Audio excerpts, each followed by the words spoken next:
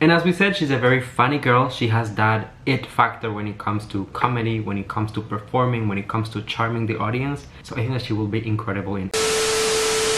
Hello everyone, welcome once again to my channel. It's your boy Luis Portelles, and for today's video we're going to be talking about some of the ladies that really caught my attention from Binibining Pilipinas 2022. Of course, as you know, the photos for the official candidates were posted a few days ago on their website, and today we're going to be talking about some of the candidates who really managed to grab my attention. Of course, before we get into the video, just a quick disclaimer, you guys. As you can see, I'm not in my typical setup, but this is because I moved.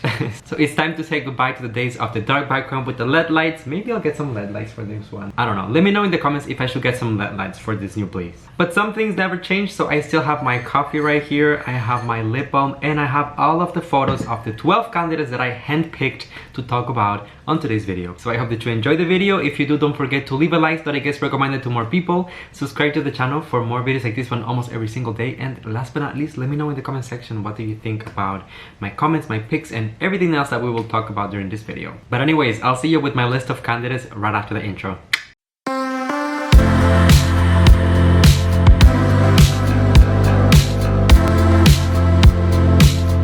Alright, so let's get right into it, and I just want to say that this list of candidates is not necessarily in ranking, but I'm just really going with the numbers that they were assigned, meaning from Binibining 1 to Binibining 40, and out of all of the candidates, I only selected 12 of them that I wanted to talk about during this particular video. The first one, actually, it's very fitting for her number because it is Binibining number 1. Her name is Stacey Gabriel, and I honestly really loved her photo. I think that she has a very fresh face, a little bit of a baby face, but at the same time giving us just enough edge, enough fierce.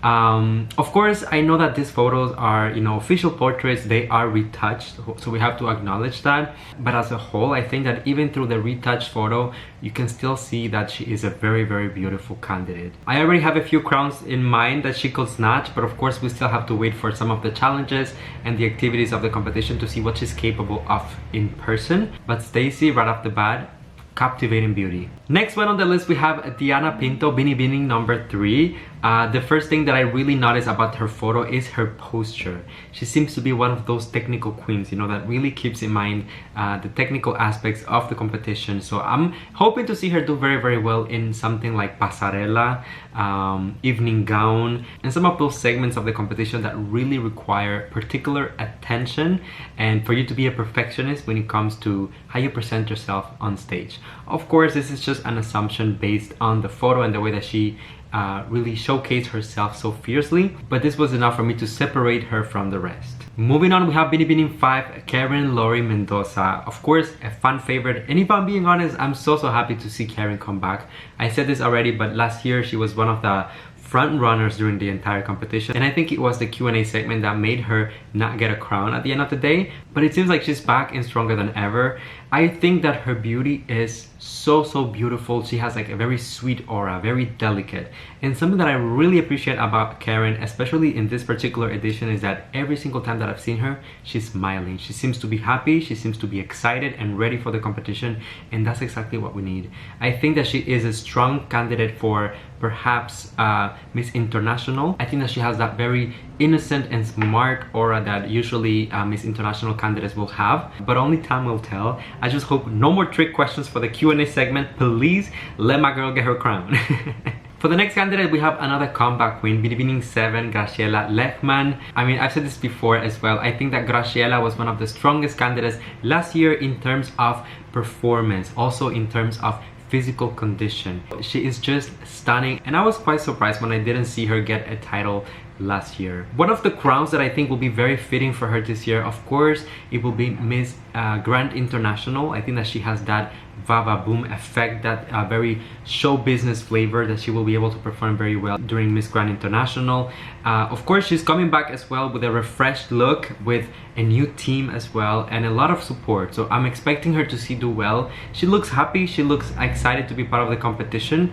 So I mean, I'm just hoping for the best. Alright, next one on the list, we have Nicole Podol, Binibining 8. And I know that there is a lot of buzz around this candidate. I mean, at least people have been messaging me a lot about her.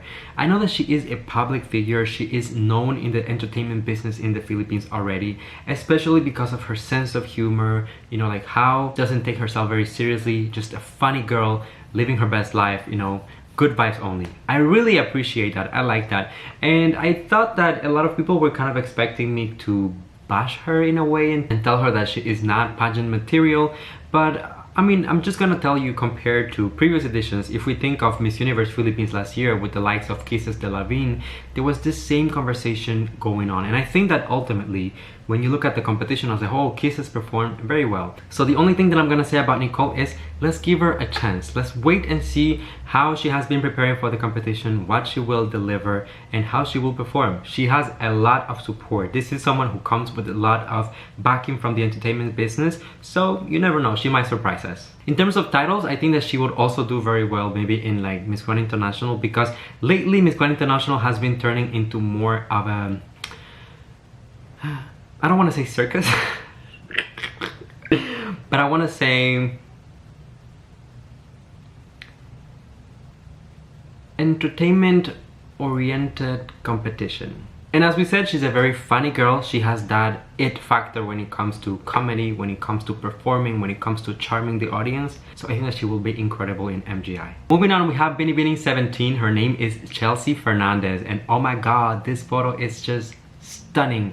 I just love how everything makes me gravitate towards her face. It's just like the center of attention, beautiful eyes, perfect makeup, beautiful voluminous lips, and the styling of the hair is just stunning. It's giving me glamour, it's giving me polished, delicate beauty, very luxurious.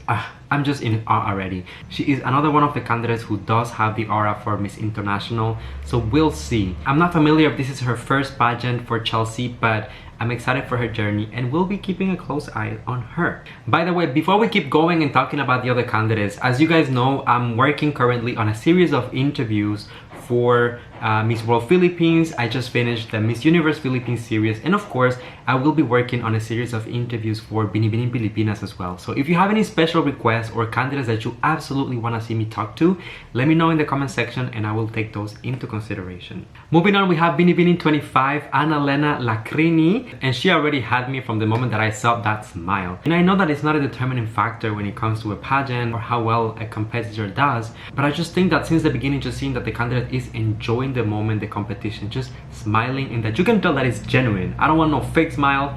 I don't want you forcing anything. I want to feel like you are there because you want to be there, like you're excited to be there, you're ready to put in the work and amaze the audience, the organization, and the judges. Give us a good show, make it exciting. And that's exactly the vibe that I'm getting from this particular girl.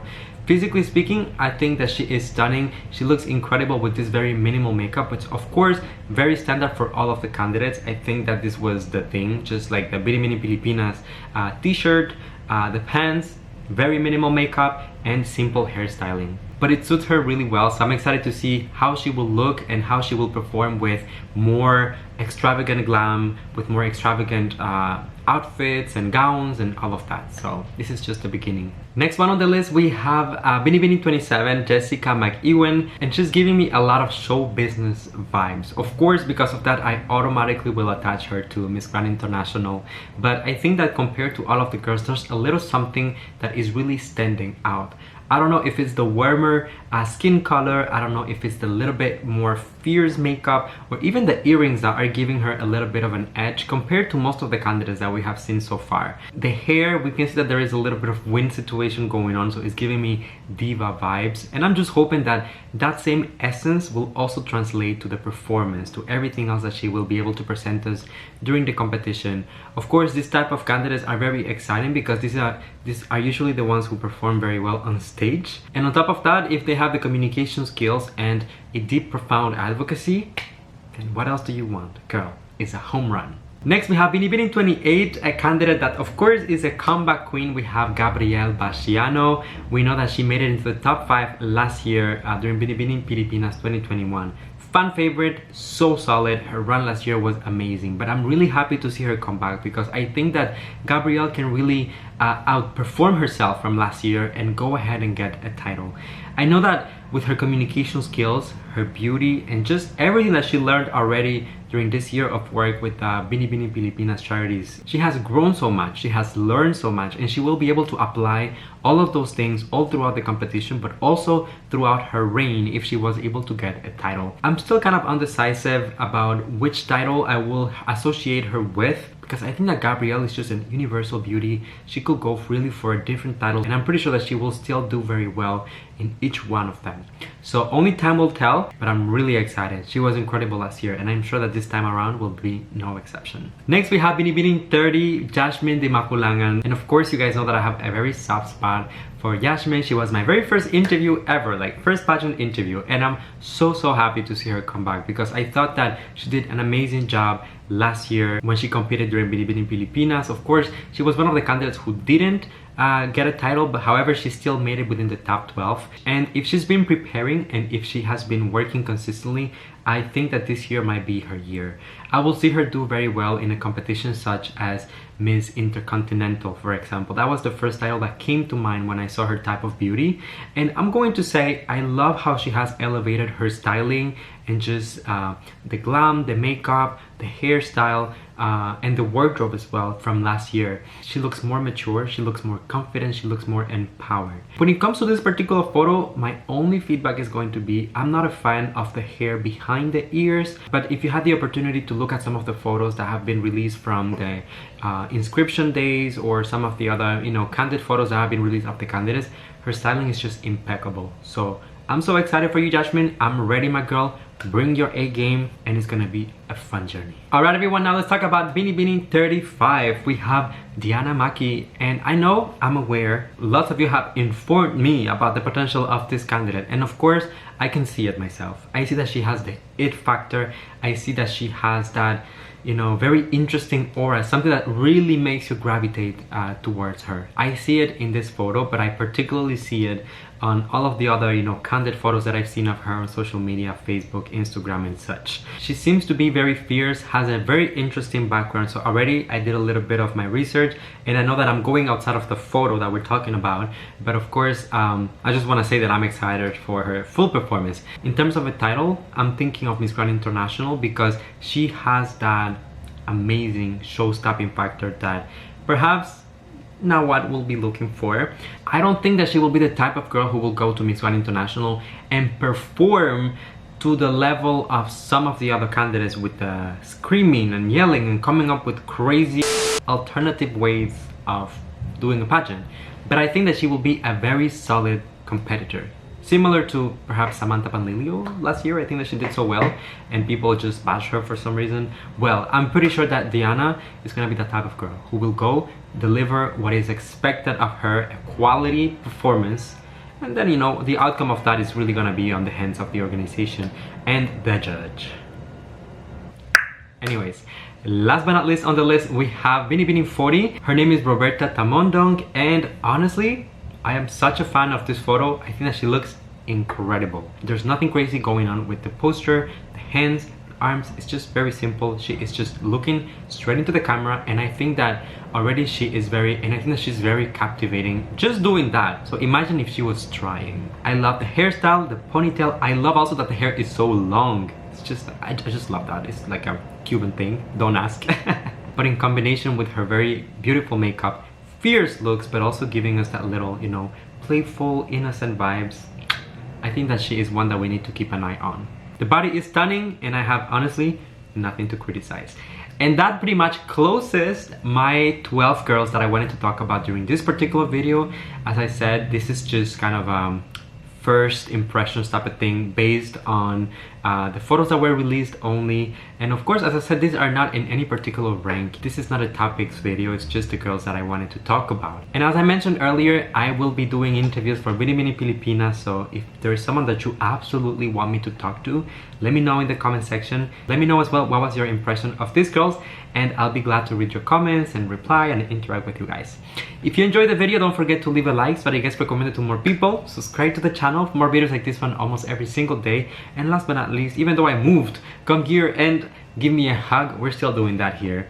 Thank you for coming and spending a few moments out of your day here with me. I appreciate you.